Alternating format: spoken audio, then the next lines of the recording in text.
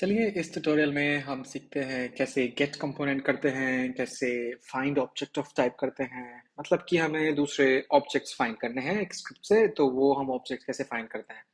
तो मैंने ऑलरेडी एक सीन बना लिया है, फाइंड ऑब्जेक्ट्स। एक नया फोल्डर बनाया, उसमें एक सीन बनाया फाइंड ऑब्जेक्ट्स का, और एक स्क्रिप्ट फोल्डर बनाया, उसमें दो स्क्रिप्ट्स हैं, दोनों स्क्रिप्ट्स खाली है।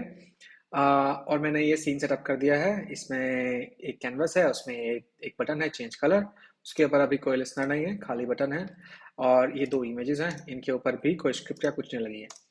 तो एक सिंपल सा सेटअप मैंने ऑलरेडी कर लिया है। अब जो स्क्रिप्ट्स हैं उसमें मैंने ये जो स्क्रिप्ट्स, इनमें ऑलरेडी नेम स्पेस लगा दिया है इसमें, और जो इमेज फाइंडर है इसमें भी। अब क्या करना है। अब सबसे पहले करते हैं गेट कंपोनेंट। गेट कंपोनेंट क्या होता है, तो मान लीजिए जैसे ये इमेज है और इसके ऊपर कोई मैं एक इमेज एक कंपोनेंट लगा देता हूँ। जैसे ये मैंने कंपोनेंट लगाया है इमेज फाइंडर। ठीक है, तो ये इमेज फाइंडर क्या फाइंड करेगा, इमेज को। तो गेट कंपोनेंट क्या होता है, ये कंपोनेंट गेट करेगा दूसरे कंपोनेंट को। तो ये जितने भी यहाँ पे लगे हुए हैं ये सारे कंपोनेंट्स होते हैं। तो यहाँ पे कितने हैं, रेक्ट ट्रांसफॉर्म ये एक कंपोनेंट है, कैनवस रेंडर एक कंपोनेंट है, इमेज एक कंपोनेंट है, और इमेज फाइंडर एक कंपोनेंट है। उस कंपोनेंट को फाइंड करने के लिए जो स्क्रिप्ट होती है उस कंपोनेंट की, वो हमें ढूंढनी होती है। तो मान लीजिए जैसे ये इमेज है, ठीक है, और हमें इमेज वाला फाइंड करना है। तो हम ये तीन डॉट है उनको क्लिक करके एडिट स्क्रिप्ट करेंगे।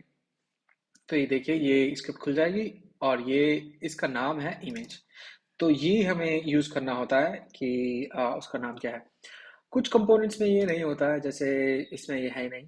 ठीक है, पर हम अगर लिखेंगे रेक्ट ट्रांसफॉर्म तो वो हमें मिल जाएगा सेम कैनवस सेंटर के लिए। तो चलिए हम इसको फाइंड करते हैं। तो हमें क्या फाइंड करना है, इमेज को फाइंड करना है। तो वॉइड स्टार्ट में, स्टार्ट मेथड के अंदर हम उसको फाइंड करते हैं। तो क्या लिखेंगे, गेट कंपोनेंट। ठीक है, ये देखिए गेट कंपोनेंट आ गया। और यहाँ पे उसका टाइप देना होता है, कौन सी कंपोनेंट हम ढूंढ रहे हैं। हमें चाहिए इमेज।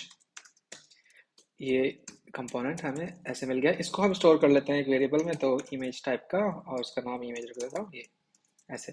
इमेज को कंप्लेन कर रहा है क्योंकि हमने ऊपर यूनिटी इंजन यूआई इंपोर्ट नहीं किया है, तो उसको इंपोर्ट कर लेते हैं, यूनिटी इंजन डॉट यूआई, ये आ गया। अब मैं डीबग लोगो लगा देता हूँ यहाँ पे, ताकि हमें प्रिंट होके दिख जाए कि ये इमेज हमें मिल गई है। तो इमेज फाउंड,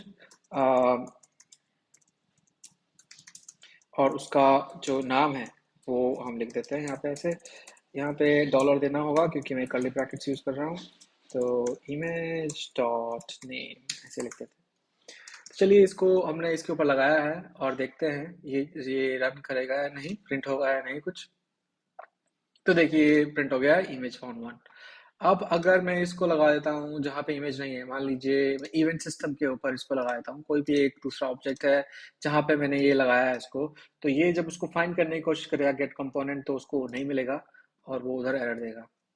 ये देखिए नल रेफरेंस। आप उसको प्रिंट कराने की कोशिश कर रहे हैं लाइन नंबर 11 में, तो वो उसको मिला ही नहीं क्योंकि गेट कंपोनेंट उसको वहाँ पे उस ऑब्जेक्ट के ऊपर था ही नहीं।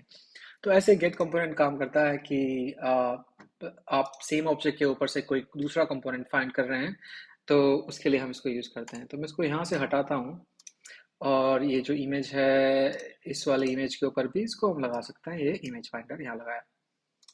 ठीक है, इमेज फाइंडर में एक मेथड बनाते हैं कि पब्लिक वॉइड चेंज कलर ऐसे।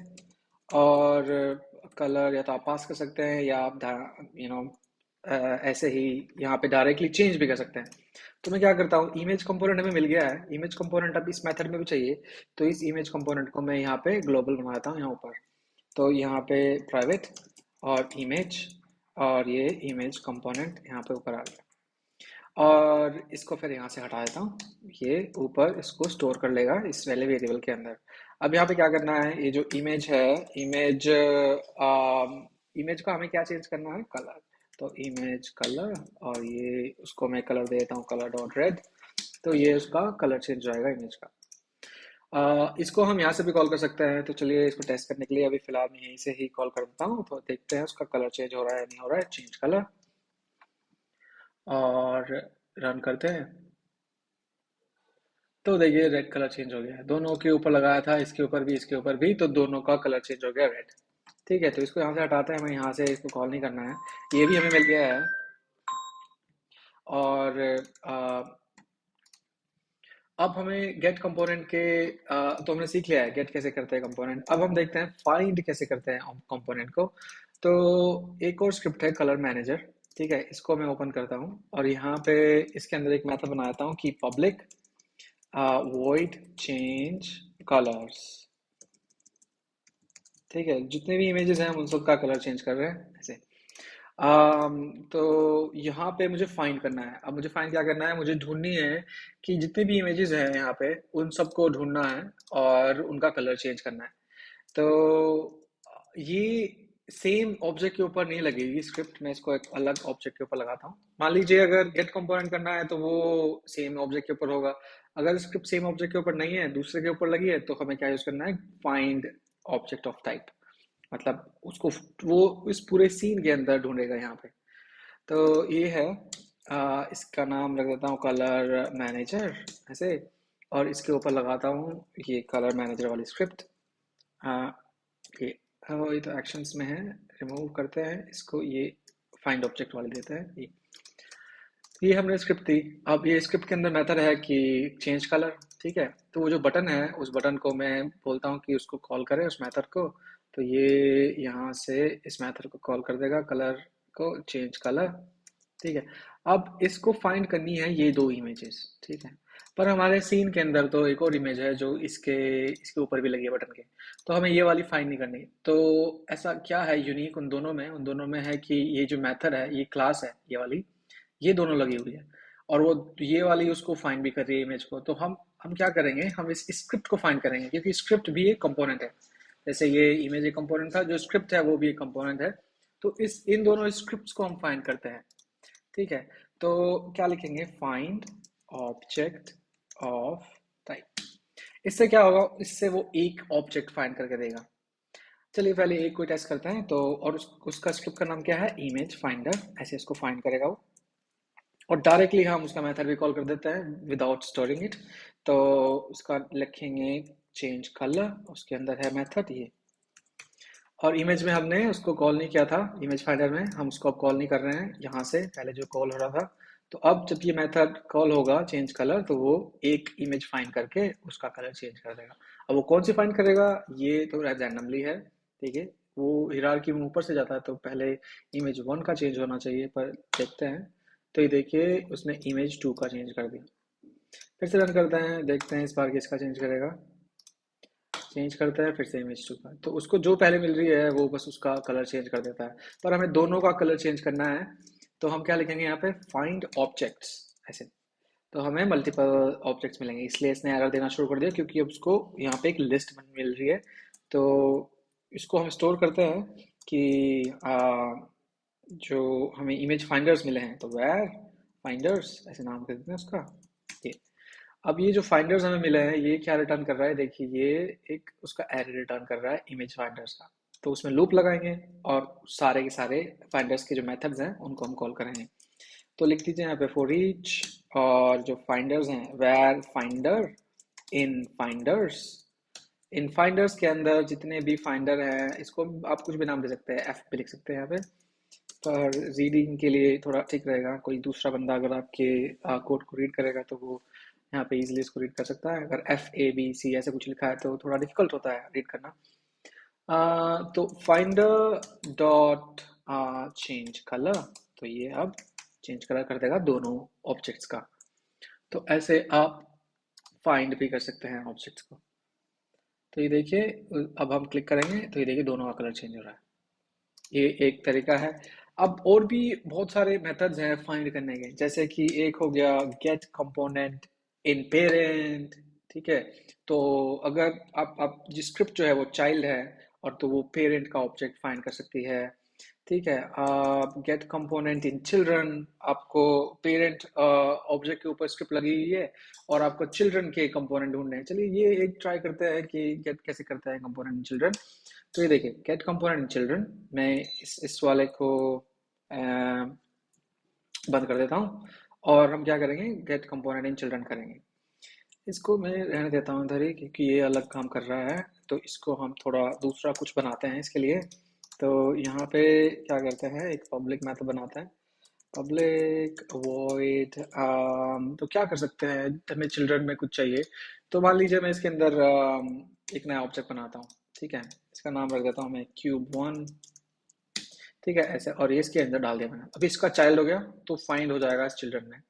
और उसके अंदर सिर्फ ट्रांसफॉर्म है तो हम ट्रांसफॉर्म को ही फाइंड कर लेते हैं। ठीक है, तो ये हो गया cube 1, cube 2, cube 3, cube 4, cube 5, ऐसे करके हम खूब सारे क्यूब्स बना सकते हैं। इनका सबका नाम मैं थोड़ा सा चेंज कर देता हूँ। हम इनका नाम प्रिंट करेंगे जब फाइंड करेंगे तो ये हमें समझ में आ जाएगा कि कैसे हम गेट कर रहे हैं कंपोनेंट्स को।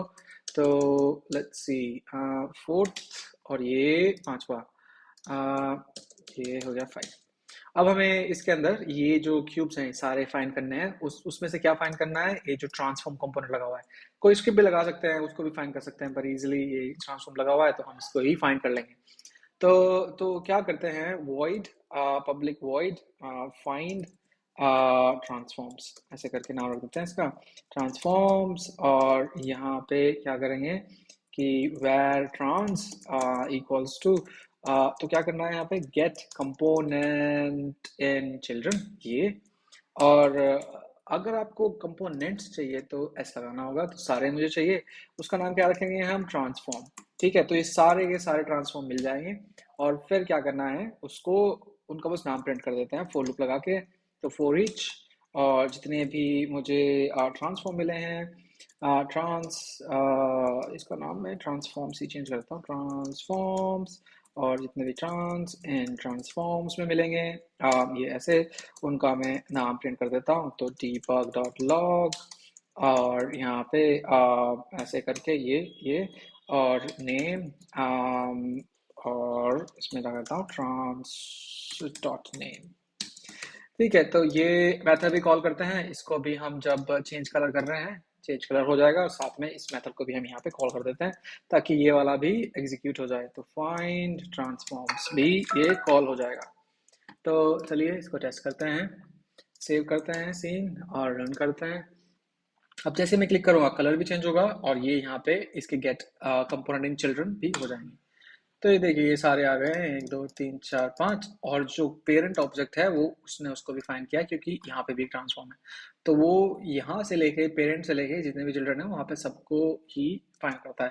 आपको अगर ये प्रिंट नहीं कराना है कलर मैनेजर, तो आप यहाँ पे एक चेक लगा सकते हैं कि अगर इफ ट्रांस इक्वल्स टू हुआ जो मेरा खुद का ऑब्जेक्ट है उसके, तो हो जाएगा यहाँ पे ट्रांसफॉर्म।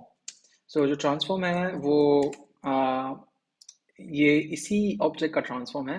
वो अगर इसके इक्वल्स टू हुआ तो कंटिन्यू कर देना है। कंटिन्यू का मतलब ये लूप आगे बढ़ जाएगा, ब्रेक नहीं होगा, आगे बढ़ जाएगा और ये प्रिंट नहीं करेगा। तो अब इसको फिर से रन करते हैं, कंपाइल हो रहा है। अब इसको रन करते हैं और देखते हैं कि ये उसको प्रिंट करेगा या नहीं। तो देखिए, अभी इस बार वो कलर मैनेजर वाला ऑब्जेक्ट प्रिंट नहीं हुआ क्योंकि हमने वहाँ पे चेक लगा दिया।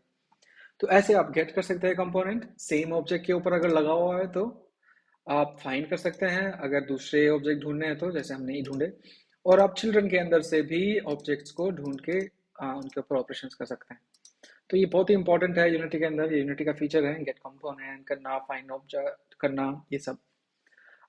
तो इस वीडियो में इतना ही। आपके कुछ सवाल हैं, कुछ आपको समझ नहीं आया है तो प्लीज़ कमेंट्स में लिखिए। आपको कुछ नया सीखना है, आपको कोई इंटरेस्टिंग टॉपिक है यूनिटी में जो आपको सीखना हो, प्लीज़ कमेंट्स में लिखिए, तो मैं उसकी वीडियो बना के अपलोड करूँगा।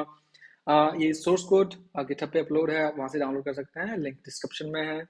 प्लीज़ लाइक कीजिए, कमेंट कीजिए, सब्सक्राइब कीजिए। Thank you.